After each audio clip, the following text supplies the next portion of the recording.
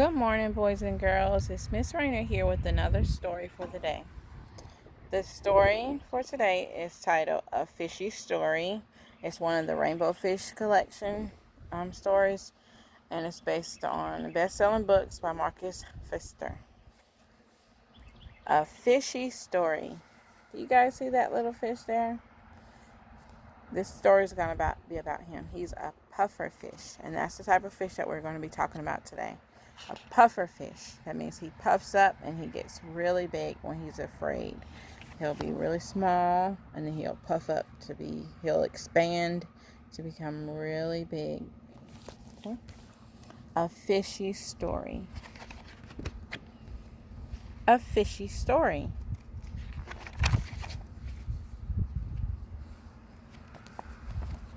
Rainbow Fish and his friends floated into the school cave.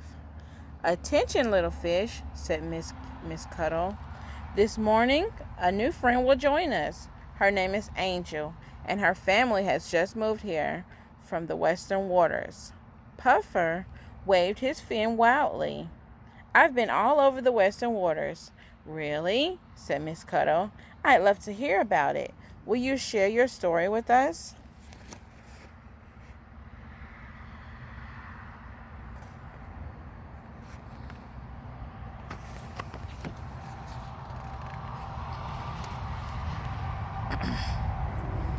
"You've never seen anything like it," said Puffer. "That does sound interesting," said Miss Cuddle. "But could you be a bit more specific?" "The water is this weird purple blue," he said. "And the plants are so huge. They grow from the ocean floor all the way to the surface. And the rocks are in crazy, gigantic stacks. They think maybe some giant lobsters piled them up a long time ago." "Really?" said Miss Cuddle. "Well, that's all we have time for now. I see our new friend is here." Look, the puffer fish puffed itself up. It expanded.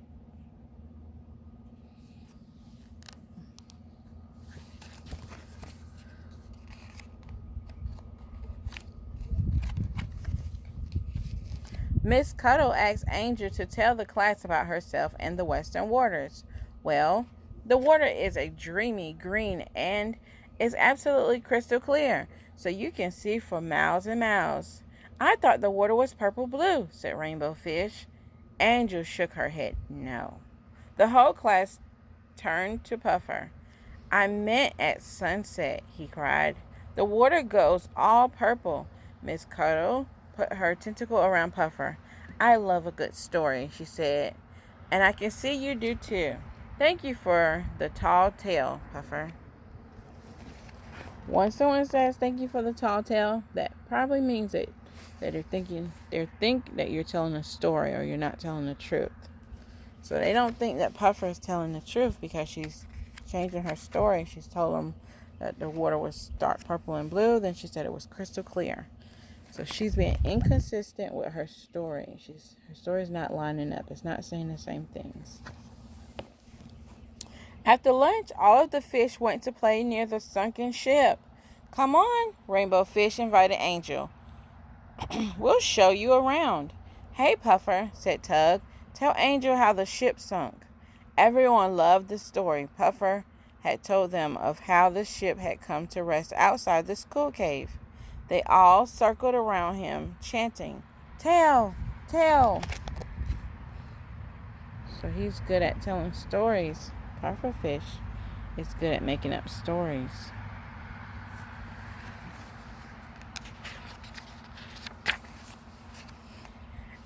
"It was a dark and stormy night," began Puffer, "and the captain of the ship knew they were carrying too heavy a load. If they were going to ride out the storm, they would have to lighten the load. So he gave the command. "Throw the cargo overboard," Angel chimed in. "Sorry, Puffer. I love that part. Go on. Tell the rest."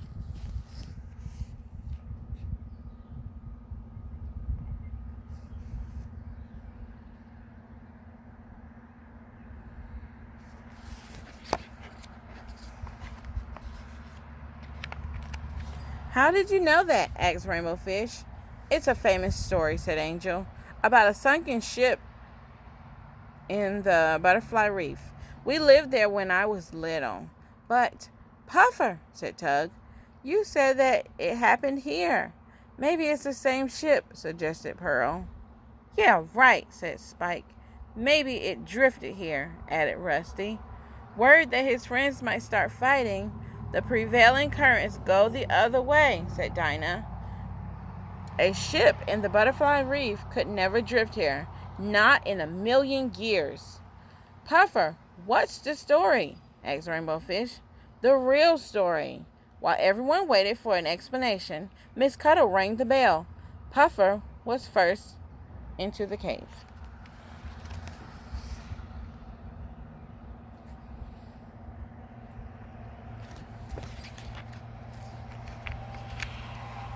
Let's look at the world of the oyster beds, said Miss Cuddle that afternoon. Has anyone ever been to this fascinating place? Angel said, I have. Me too, added Puffer. We go there all the time. Splendid, said Miss Cuddle. I want to learn all about it. Angel, will you go first, please?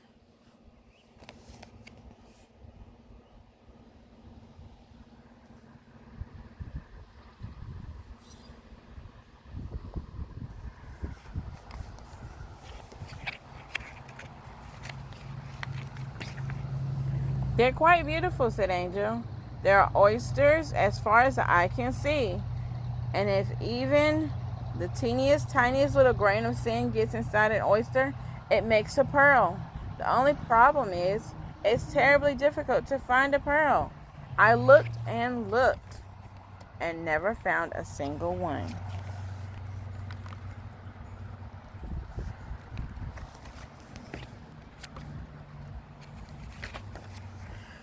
I found a pearl, Puffer said. You notice what he's doing whenever he tells a story or something that's not the truth? He's puffing up and blowing up like a balloon. And do you think his teacher believes him? No, she's crossing her arms. She's looking down at him like, not sure if that's the truth. His friends are listening though. I found a pearl, Puffer said. I found a whole bunch. Hundreds. Miss Cuddle smiled. Look at my 8 tentacles, Puffer. Now let's try to imagine 12 octopuses. We would have 96 tentacles altogether. Almost 100. So how many pearls did you see? Well, maybe it was more like 10 or 9 or 8. It's starting to rain, guys, so Miss Raynor's going to finish the story inside.